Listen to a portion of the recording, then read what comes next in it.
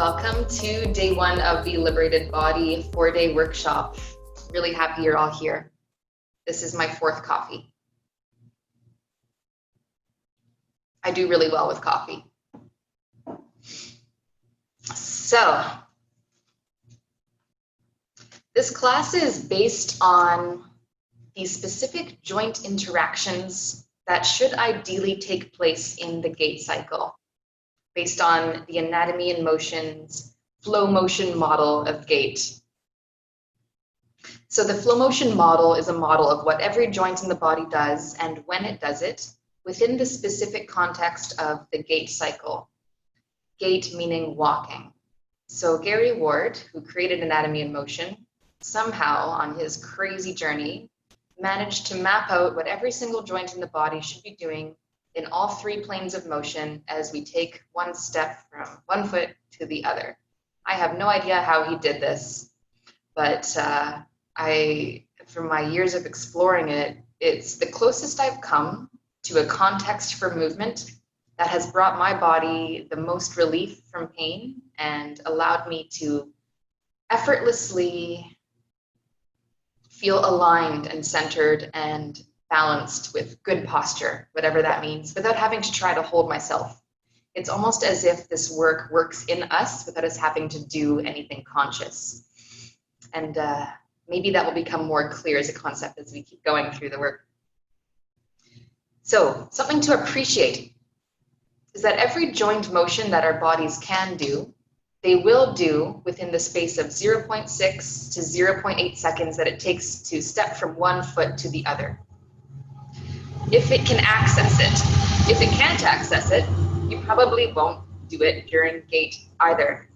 So our intention is to make sure that we can experience all the joint motions that our bodies are capable of doing so that we can unconsciously access those as we walk without having to think about it. Think about how fast that is, 0.6 to 0.8 seconds. Every single joint goes from one end of its spectrum to the other end of its spectrum in all three planes of motion within less than a second. And now we're not talking big movements. It's not as if, let's say, you can actually kick yourself in the face because you're that flexible. You're not going to be going all the way from that spectrum to the opposite end of the spectrum.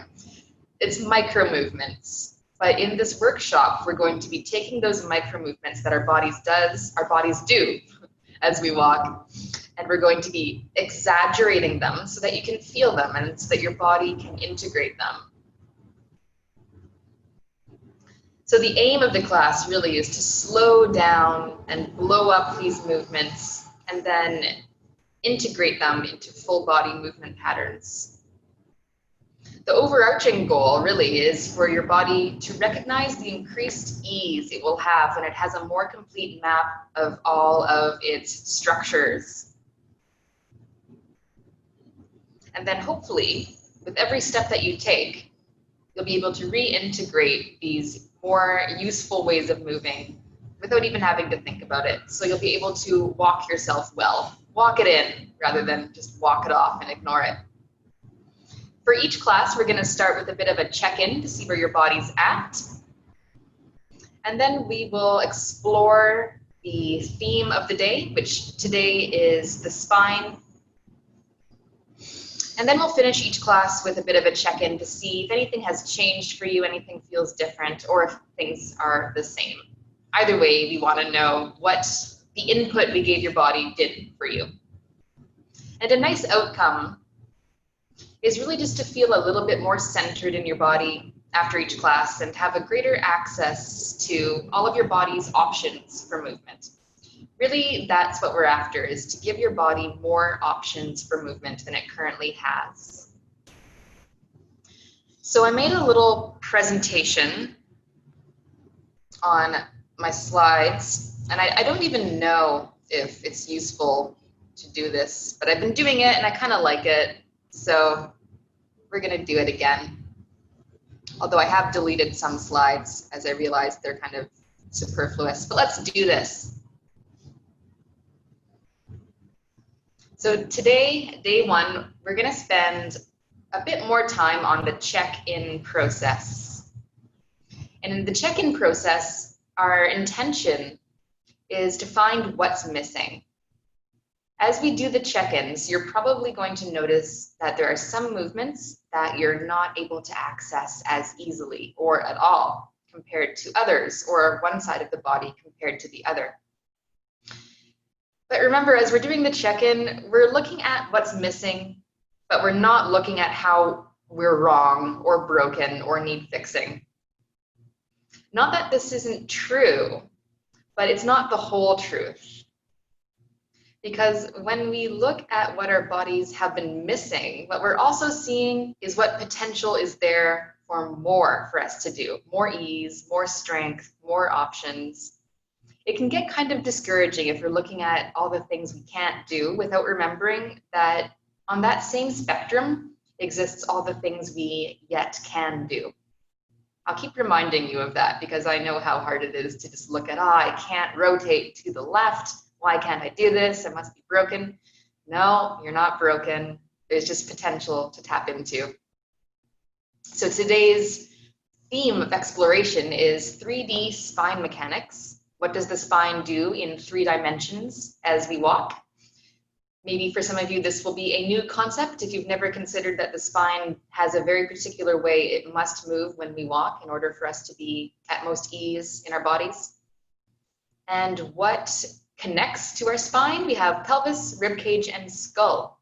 And those 3 structures, we're going to look at how they move in relationship with each other as we walk. And this is called our cog relationships. So we'll talk a bit more about what cogs mean in a little bit.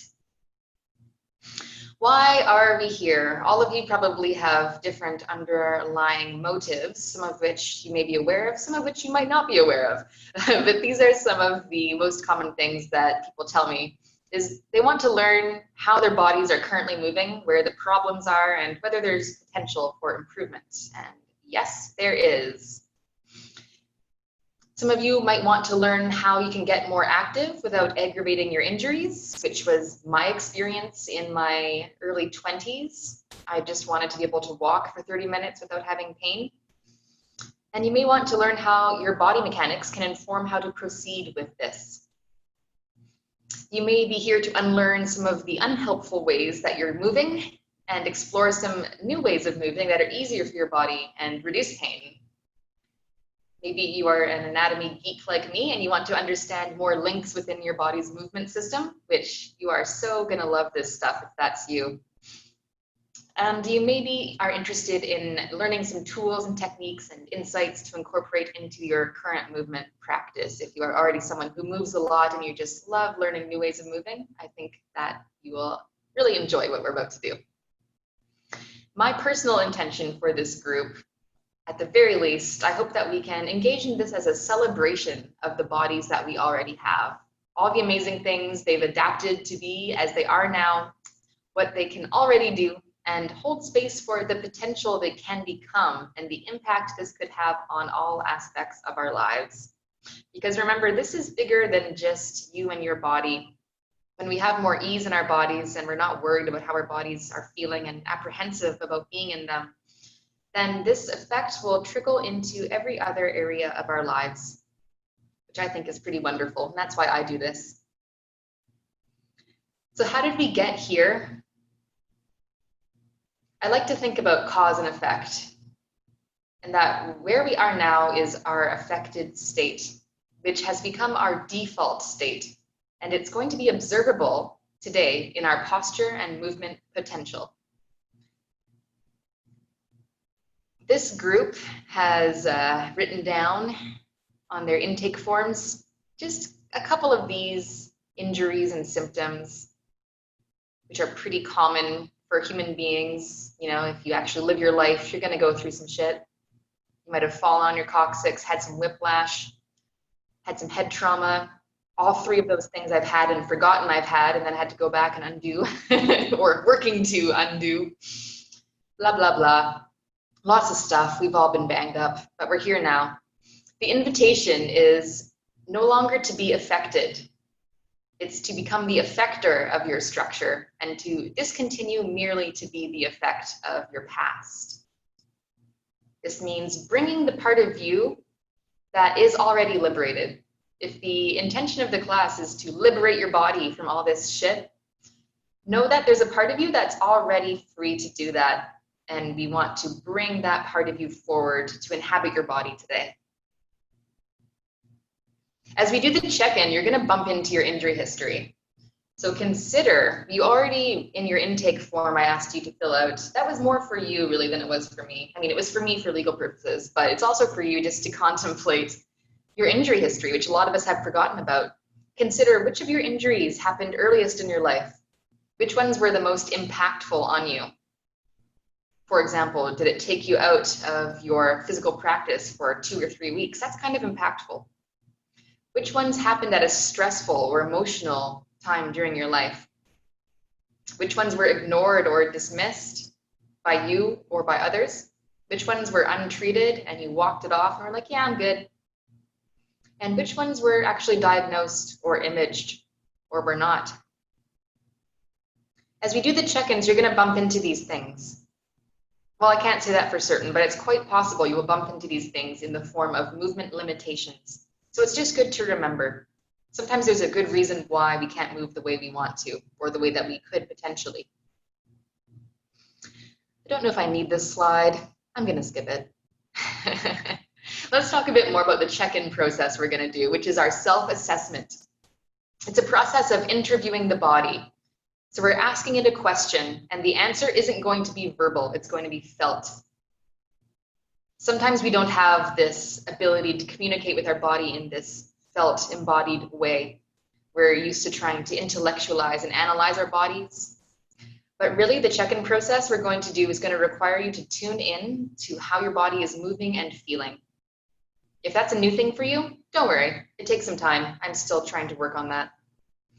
This check-in, which is what we do in the Anatomy and Motion course for practitioners, is we're trying to observe the joint mechanics that are present when we walk without actually walking. So maybe your experience has been, if you've been a patient of a therapist, like a chiropractor or a physio, they might have watched you walking up and down a hallway. And have you ever wondered what they're actually looking for? I remember working at a sports medicine clinic when I worked out with Garrett. And I was shadowing one of the physios and they were watching someone walk. And I was like, so what are you looking at? And they're like, oh, I'm just looking for weird stuff. And I was like, oh, what does that mean? What does weird stuff mean? And I'm not sure they even knew what they were looking for. So what we're going to be looking for in the check-ins are the specific mechanics or the specific joint motions we want to see present as you're walking. And again, remember, these happen so fast that it's really hard to actually watch them while someone's walking. So we're slowing them down and we're doing them in a very isolated way from the rest of the chaos that happens when you're walking. What we're looking at is what does your body do? What do your joints do compared with what we know your joints ideally should do now?